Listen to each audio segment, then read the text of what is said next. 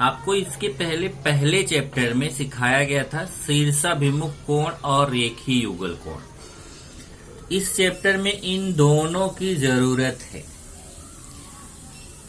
वो जो 3 कोण हैं उनके साथ ये दो लोगों को भी शामिल करेंगे तो वो चैप्टर हमारा इजी हो जाएगा। तो ये कौन सा कोण है, देखो शीर्षाभिमुख कोण।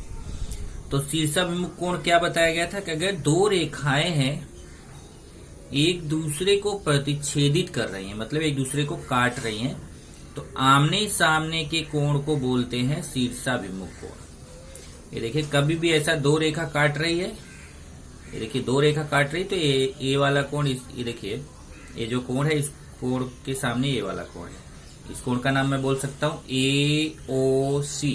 ये जो AOC कोण है इसके सामने कौन सा कोण है, BOD। ये दोनों कोण शीर्षाभिमुख कोण है और शीर्षाभिमुख कोण आपस में सर्वांग सम होते हैं। ऐसे देखिए ये दोनों कोण, इस कोण का नाम है BOC। ये देखिए ये BOC हो गया और इस कोण का नाम है AOD।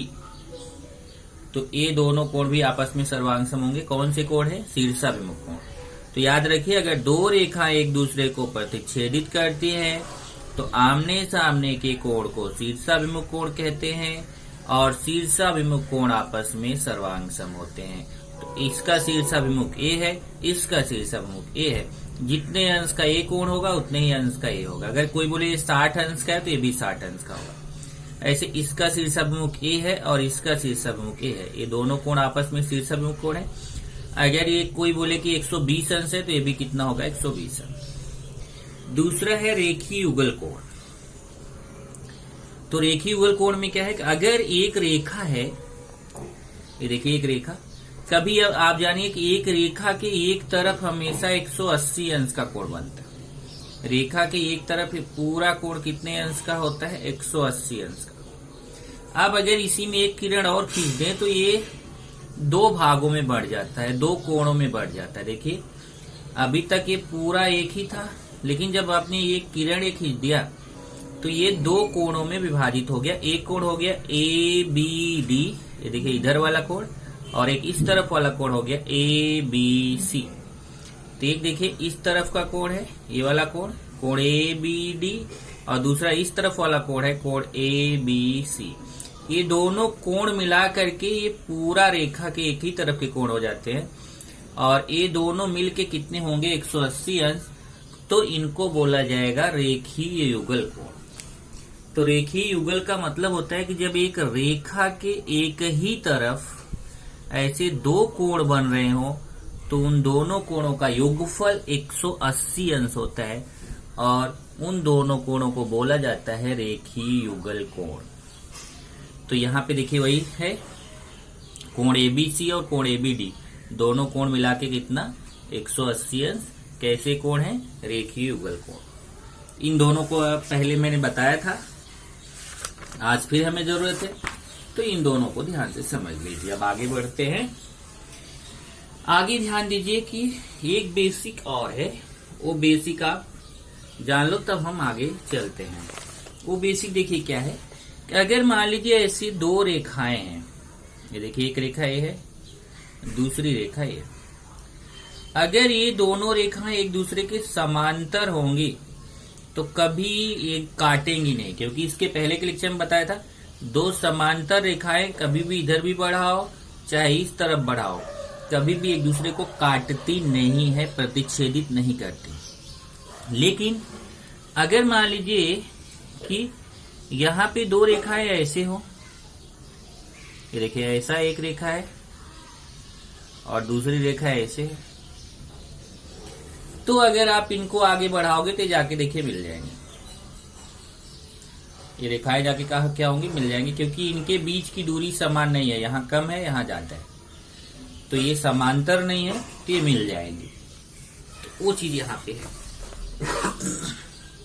तो यहाँ पे आता है, हमने इसके पहले के लेक्चर में 3 कोण पढ़े थे, अगर आपको याद हो। एक पढ़ा था हमने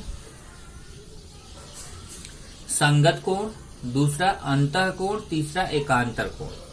तो यहाँ पे अब हम इन तीनों कोणों का प्रमेय पढ़ेंगे। इन प्रमेय से ये होगा कि संगत कोणों में क्या खास बात होती है, अंतः कोणों में क्या खास बात होती है और एकांतर कोणों में क्या खास बात होती है। तो सबसे इम्पोर्टेंट ये वाला है, थोड़ा सा बड़ा है इसलिए इसको ध्यान से समझिए। इसकी उत्पत्ति बहुत बड़ी है और अप्रत्यक्ष उत्पत्ति है। तो देखिए कैसे। अंतःकोण का प्रमेय, अंतःकोण का प्रमेय क्या है जरा देखिए। दो समांतर रेखाओं को किसी तिर्यक रेखा द्वारा प्रतिच्छेदित करने पर तिर्यक रेखा के एक ही ओर स्थित अंतःकोण परस्पर संपूरक होते हैं। संपूरक का मतलब उनका योगफल 180 अंश होता है। जहां पे संपूरक शब्द आ जाए तो समझ जाइए उसका योगफल 180 अंश। दो शब्द होते हैं, एक होता है कोटिपूरक, एक होता है समपूरक। तो अगर कोटिपूरक कहीं लिखा जाता है तो उसका योगफल 90 अंश होता है और कहीं संपूरक रहता है तो उन दोनों कोणों का योगफल 180 अंश होता है। तो यहाँ क्या बोल रहा है देखिए, ये प्रमेय है और प्रमेय सिद्ध करने के लिए, प्रमेय के मैंने आपको भाग बताए थे कि प्रमेय के भाग होते हैं। क्या क्या होता है? दत्त, साध्य, आकृति, जरूरत पड़ी तो रचना और उपपत्ति। तो यहाँ पे रचना की जरूरत नहीं है, तो हम लोग एग्जाम में रहेगा तो आपको बस इतना ही आएगा कि दो समांतर रेखाओं को किसी तिर्यक रेखा द्वारा प्रतिच्छेदित करने पर तिर्यक रेखा के एक ही ओर स्थित अंतःकोण परस्पर संपूरक होते हैं, सिद्ध कीजिए। तब आपको ये देखिए, ये इतना अगर आया तो आपको ये दत्त भी खुद से लिखना है, साध्य भी खुद से लिखना है और ये इतनी बड़ी उपपत्ति है ये खुद से लिखना है और आकृति भी खुद से बनाना है। सारे काम खुद से करने, केवल 2.5 लाइन लिख के वो बोल देगा सिद्ध करो। तो ध्यान से समझो। पहले दत्त और साध्य तो इसी में मिल जाता है। इसमें बोला है दो समांतर रेखाएं हैं, उनको एक तिर्यक रेखा प्रतिच्छेदित करती है। यहाँ पे देखिए हमने दो समांतर रेखाएं लिया है, रेखा एल और रेखा एम दोनों समांतर रेखाएं हैं और ये एन जो है वो तिर्यक रेखा है। तो एल और एम दोनों कैसी रेखाएं हैं? एक दूसरे के समांतर हैं। समांतर मतलब इनके बीच की दूरी हर जगह समान है। और एन जो है वो कैसी रेखा है? तिर्यक रेखा। तो यहाँ देखिए दत्त में यही लिखना है, रेखा एल ए समांतर का निशान है। आप जानते हो ऐसे दो लाइन आप करते हैं तो इसको क्या बोलते हैं? समांतर का निशान बोलते हैं। तो रेखा एल समांतर है रेखा एम के, तो रेखा एल समांतर है रेखा एम के, तथा रेखा एन तिर्यक रेखा है। ये रेखा एन है जो तिर्यक रेखा है। ये दत्त हो गया। अब सिद्ध क्या करना है? सिद्ध करना है कि अंतःकोण जो इसके हैं वो संपूरक होते हैं, अर्थात अंतःकोणों का योगफल कितना होता है? 180 अंश। तो आपको पिछले लेक्चर में मैंने अंतःकोण समझाया था कि जैसे देखिए तिर्यक रेखा है, तो तिर्यक रेखा के एक ही तरफ अगर मैं इस तरफ आऊंगा तो जो दो कोण दिख रहे हैं कौन कौन से दिख रहे हैं? सी और डी, ये अंतःकोण है। इनका योगफल कितना होता है? 180 अंश। ऐसे अब मैं इसको ढक लूं तो तिर्यक रेखा के इस तरफ आएंगे, इस तरफ कौन कौन से कोण दिख रहे हैं? ए और बी दिख रहा है। ये दोनों कैसे कोण है? अंतःकोण। इनका योगफल भी कितना होगा? 180 अंश। तो कोण ए प्लस कोण बी बराबर 180 अंश, कोण सी प्लस कोण डी बराबर 180 अंश। यहां से देखिए कोण ए प्लस कोण बी बराबर 180 अंश, कोण सी प्लस कोण डी बराबर 180 अंश। ये हमें सिद्ध करना है। हमें सिद्ध करना है ए और बी दोनों अगर जोड़ेंगे तो कितने अंश आएगा? 180 अंश। सी और डी दोनों जोड़ेंगे तो कितना आएगा? 180 अंश। अब आते हैं उत्पत्ति पे। हमें इसको सिद्ध करना है, इसको प्राप्त करना है। इसको प्राप्त करने के लिए हम एक केवल सिद्ध करेंगे, पहला वाला कोण ए प्लस बी बराबर 180 अंश। ये पहला वाला सिद्ध करेंगे, दूसरा वाला सिद्ध नहीं करेंगे। दूसरा वाला लिख देंगे कि जैसे मैंने पहला वाला सिद्ध किया है उसी प्रकार मैं दूसरा वाला भी सिद्ध कर सकता हूं। बस इतना ही लिखेंगे। तो इसका मतलब ये पूरी उत्पत्ति जो आपको दिख रही इतनी बड़ी सी, ये केवल एक चीज सिद्ध करने के लिए, कोण ए प्लस बी बराबर 180। चलिए चलते हैं उत्पत्ति पर। कोण ए तथा बी के संबंध में 3 संभावनाएं। अब देखिए यहाँ पे देखिए हमें क्या सिद्ध करना है कि कोण ए और बी दोनों मिलाकर 180 अंश सिद्ध करना है। तो हम यहाँ पे बोलेंगे कि अगर मान लो 180 अंश नहीं है तो यहाँ पे ए और बी मिला के 3 स्थितियां हो सकती हैं। या तो ए और बी दोनों मिला के 180 अंश से कम रहेगा, छोटा, ये देखिए छोटे का निशान है, कोण ए प्लस कोण बी जो है छोटा है, छोटा है का निशान है, कोण का निशान नहीं है, ये कोण का निशान है, ये छोटा है 180 अंश। या तो कोण ए और बी जो है वो 180 अंश से अधिक रहेगा, या कोण ए और बी मिला के 180 अंश के बराबर रहेगा। ये 3 ही स्थिति हो सकती है। ध्यान से देखो, ये दोनों कोण अगर जोड़ेंगे तो 3 ही स्थितियां हो सकती हैं। पहली स्थिति ये हो सकती है कि दोनों जोड़ने पे 180 अंश से कम हो। दूसरी स्थिति हो सकती है कि दोनों जोड़ के 180 अंश से अधिक हो। या तीसरी स्थिति हो सकती है कि दोनों जोड़ के 180 अंश के बराबर हो। या तो कम होगा, या अधिक होगा, या बराबर होगा। 3 से ज्यादा स्थिति नहीं हो सकती। तो चलिए पहली स्थिति पे चलते हैं। तो यहाँ पहले बता दिया कि कोण ए और बी के संबंध में 3 स्थितियां होंगी। तो पता है अप्रत्यक्ष उपपत्ति से हम कर रहे हैं, तो क्या करेंगे इसमें, अभी इसमें हम अपनी ये जो 3 स्थितियां हैं ना, इसमें ये पहली स्थिति को हम गलत सिद्ध करेंगे, फिर दूसरी स्थिति को गलत सिद्ध करेंगे, तो अपने आप हमारा ये तीसरी स्थिति सही हो जाएगी। क्योंकि 3 में से एक तो सही होना ही होना है।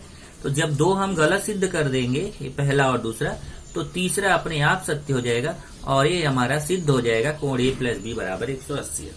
चलिए पहले हम जो हमारी पहली स्थिति है उसको गलत सिद्ध करने चल रहे हैं। अब गलत सिद्ध करने के लिए नहीं कि सर बोल दो गलत है, नहीं भैया, गलत सिद्ध करने के लिए आपको गणितीय जो नियम है, अभिग्रहित है, प्रमेय है, कथन है, उन्हीं गणितीय नियमों से ही आप उसको गलत सिद्ध कर सकते हो। तो चलिए देखिए क्या है नियम। ये हमारे भूमिति के जनक है यूक्लिड, इनका हेल्प हमें लेना पड़ेगा। तो ध्यान से देखिए, चलिए पहली स्थिति लेते हैं। कोण ए प्लस कोण बी जो है छोटा है 180 अंश से। अगर ये 180 अंश से छोटा रहेगा तो अगर मान लेते हैं कि ये सत्य है, मान लिया कोण ए प्लस बी ये क्या है, सत्य है। अगर कोण ए प्लस कोण बी ये 180 अंश से छोटा है तो तिर्यक रेखा के जिस तरफ कोण ए तथा कोण बी है उस दिशा में आगे बढ़ाने पर रेखा एल तथा रेखा एम एक दूसरे को प्रतिच्छेदित करेंगी। ये यूक्लिड का अभिग्रहित है। अब चलिए देखते हैं कि यूक्लिड क्या बोलना चाह रहे हैं। क्या है यूक्लिड का अभिग्रहित, इसको ध्यान से आपको समझना है कि यूक्लिड का अभिग्रहित क्या है, क्योंकि यूक्लिड का अभिग्रहित जब तक नहीं समझोगे तब तक आप इसको नहीं कर सकते हो।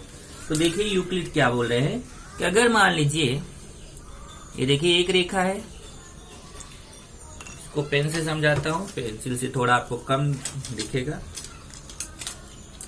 चलिए देखिए, ये मान लीजिए कि एक रेखा है और ये दूसरी रेखा है और ये तिर्यक रेखा है। अगर इन दोनों का मान, ये दोनों कोण अगर मान लो ये मान लीजिए इस तरफ है, मैं बात कर रहा हूं, ये देखिए ए और बी, तो इस डायग्राम को ऐसे करना पड़ेगा। ये देखिए ऐसे और ऐसे, एक तिर्यक रेखा। अब यहां देखिए ए है और बी है। तो यूक्लिड ने क्या बोला है पता है, यूक्लिड ने बोला है कि अगर ए और बी दोनों मिला के 180 से कम रहेगा तो ये दोनों रेखाएं आगे जाके मिल जाएंगी। क्या यूक्लिड का अभिग्रहित क्या है कि अगर 2 रेखाओं को एक तिर्यक रेखा प्रतिच्छेदित करती है और ये जो अंतःकोण है, अंतःकोण का योगफल 180 से कम रहेगा तो ये दोनों रेखाएं एक दूसरे को जाके काट देंगी। तो यहाँ पे यही समझा रहे हैं कि अगर मान लो कि अगर हम मान लें कि ए और बी जो है ये 180 से कम है, अगर ए और बी मिला के 180 से कम रहेगा तो एल और एम दोनों जाके क्या हो जाएंगे, एक दूसरे से मिल जाएंगे। परंतु क्या है, एक दूसरे को देखो प्रतिच्छेदित करेंगे, मतलब काटेंगी यूक्लिड के अभिग्रहित से। परंतु रेखा एल और रेखा एम तो समांतर है। दत्त में पहले ही बोला है कि रेखा एल और रेखा एम समांतर है। जब पहले ही बता दिया समांतर है तो वो तो कभी काटेंगे ही नहीं, और यहाँ पे आ रहा है को काटेंगे। यूक्लिड के अभिग्रहित से क्या आ रहा है कि ये दोनों रेखाएं एक दूसरे को काटनी चाहिए, लेकिन ये तो कभी काटेंगे ही नहीं क्योंकि दोनों रेखाएं समांतर हैं। तो इसका मतलब ये जो अभी आ गया कि रेखा एल रेखा एम के समांतर है और यहाँ पे है प्रतिच्छेदित करती है, तो दोनों तो एक दूसरे के उल्टे आ गए। इसका मतलब आपका ए वाला कथन जो है वो गलत है, क्योंकि इस कथन से दोनों रेखाएं काटनी चाहिए, जबकि समांतर रेखाएं एक दूसरे को काटती नहीं है। तो ये कथन हमारा पहला वाला कथन क्या हो गया, गलत हो गया। अब चलते हैं दूसरे कथन पर। दूसरा, अगर मान लेते हैं कि कोण ए और बी मिला के 180 अंश से अधिक है। ये देखिए, कोण ए प्लस बी, कोण बी जो है वो बड़ा है 180 अंश। अगर मान लेते हैं ए सत्य है, तो फिर कोण ए और बी 180 अंश से अधिक है। इसको तो समीकरण एक, देखो ऊपर वाली लाइन फिर से लिखा है, इसको समीकरण एक मान लिया। और यहाँ पे देखिए ये दोनों रेखीय युगल कोण है। अभी रेखीय युगल कोण समझाना, एक रेखा के एक ही तरफ जब दो कोण बनते हैं तो उनको रेखीय युगल कोण बोलते हैं। तो कोण ए और सी दोनों रेखीय युगल कोण है। इन दोनों कोणों का योगफल कितना होगा, 180 अंश। यहाँ पे देखिए कोण ए प्लस कोण सी बराबर 180 अंश। कैसे कोण है, रेखीय युगल कोण। इसी तरीके से यहाँ देखिए बी और डी, ये भी रेखा के एक ही तरफ बन रहे हैं। देखिए ये रेखा के एक ही तरफ ये दोनों कोण बन रहे हैं। ये दोनों कोण भी कैसे हैं, रेखीय युगल कोण है। इनका योगफल भी कितना होगा, 180 अंश। तो कोण बी प्लस कोण डी बराबर 180 अंश होगा, समीकरण 3 से। अब समीकरण 2 और 3 को जोड़ेंगे। तो जोड़ने पे क्या होता है, ये पूरा बायां बाएं से जुड़ जाता है, दायां दाएं से जुड़ जाता है, लेफ्ट लेफ्ट से जोड़ा जाता है, राइट राइट से। तो बाएं तरफ 1 2 3 4, ये चारों जुड़ जाएंगे। तो कोण ए प्लस कोण सी प्लस कोण बी प्लस कोण डी, ये चारों जुड़ गए बराबर। इधर दायां दायां जोड़ेंगे, 180 में 180 जोड़ देंगे। इधर देखिए ये जो यहां से सी और डी को तो यहीं रख दिया, ए और बी को उस तरफ लेके चले गए। तो यह पहले ध्यान से समझिएगा, इधर सी डी को इधर ही रहने दीजिए। इधर 180 और 180 जोड़ेंगे तो 360 होगा। 180 में 180 जोड़ेंगे 360 होगा। और इधर से कोण ए उधर गया तो प्लस है तो माइनस हो जाएगा। इधर देखिए प्लस चिन्ह है तो उधर जाके माइनस, ये प्लस बी है तो उधर जाके क्या हो जाएगा, माइनस। अब 360 इधर माइनस कॉमन ले लीजिए। जब माइनस यहां बाहर कॉमन लेंगे तो यहां माइनस का बन जाएगा प्लस। ध्यान से समझिए, अगर दोनों जगह माइनस है, इस माइनस को कॉमन लेंगे तो ये जो यहां माइनस है वो भी देखो यहाँ प्लस चिन्ह बन गया, छिपा रहता है प्लस, और यहाँ प्लस लग गया। तो इस तरीके से दोनों जगह प्लस हो जाएगा। अब क्या आ गया कि कोण सी प्लस डी का मान 360 माइनस कोण ए प्लस बी। अब ध्यान से समझना, ए प्लस बी का मान 180 अंश से अधिक माना गया है। कोण ए प्लस बी क्या है, 180 अंश से ज्यादा है। अब यहां समझिए, इसका मान जो है कोण ए प्लस बी का मान 180 अंश से ज्यादा है।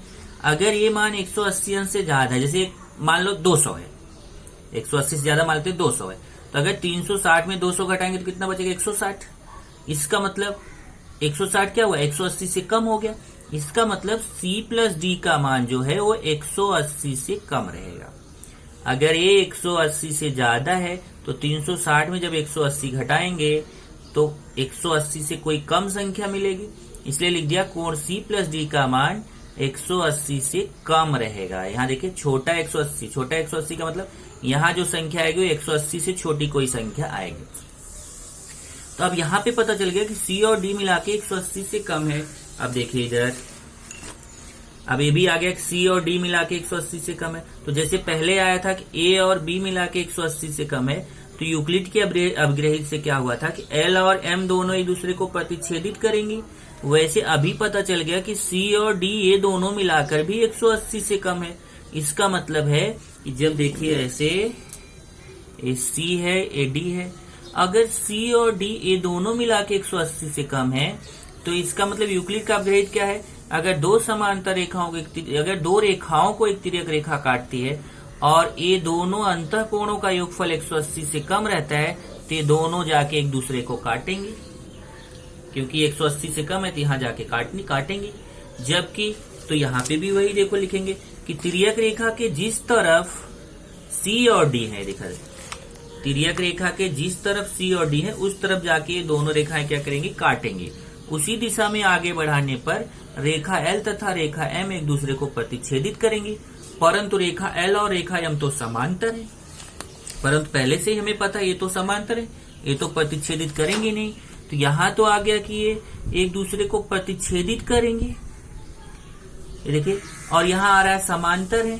तो समांतर रेखाएं तो कभी प्रतिच्छेदित करती नहीं है। जब समांतर रेखाएं प्रतिच्छेदित करती नहीं है तो हमारा एक कथन भी गलत हो गया कि कोण ए और बी बड़ा है 180 से। तो दो कथन हमने गलत सिद्ध कर दिया। एक सिद्ध कर दिया कि कोण ए प्लस कोण बी छोटा है 180, एक कथन गलत है, ये देखिए यह कथन असत्य है। फिर हमने ये भी गलत सिद्ध कर दिया कोण ए प्लस बी बड़ा है 180, एक कथन को भी हमने यहाँ पे असत्य है सिद्ध कर दिया। जब ये असत्य है सिद्ध हो गया, जब सी और डी छोटा 180 असत्य है तो ए और बी बड़ा 180 अभी असत्य है। ये देखिए जरा समझ जाइए कि अगर ये आपका असत्य हो गया, कोण सी प्लस डी छोटा 180, तो ये किससे आया था, इसी से आया था ना, तो ये कथन भी हमारा असत्य हो गया। तो जब दो संभावनाएं हमारी असत्य हो गई, एक और दो, तो तीसरी बची कौन सी, कोण ए प्लस बी बराबर 180 है। तो इसको सत्य होना ही होना है, क्योंकि तीन में से एक सत्य होगा ही होगा। तो दो गलत हो गया तो एक अपने आप सत्य हो जाएगा। तो अतः देखिए तीसरे पे आ गए, दो संभावनाएं गलत है तो कोण ए प्लस बी बराबर 180 अंश यह सत्य है। इसी प्रकार कोण सी प्लस डी बराबर 180 अंश भी हम सिद्ध कर सकते हैं। एक सिद्ध कर दिए, दूसरा लिखेंगे इसी प्रकार। दूसरा हमें सिद्ध करने की जरूरत नहीं है, केवल एक सिद्ध करेंगे। ये देखिए पहला वाला हम सिद्ध कर दिए, कोण ए प्लस बी बराबर 180 अंश, और दूसरा कोण सी प्लस डी बराबर 180 अंश, इसको लिख देंगे इसी प्रकार हम सिद्ध कर सकते हैं।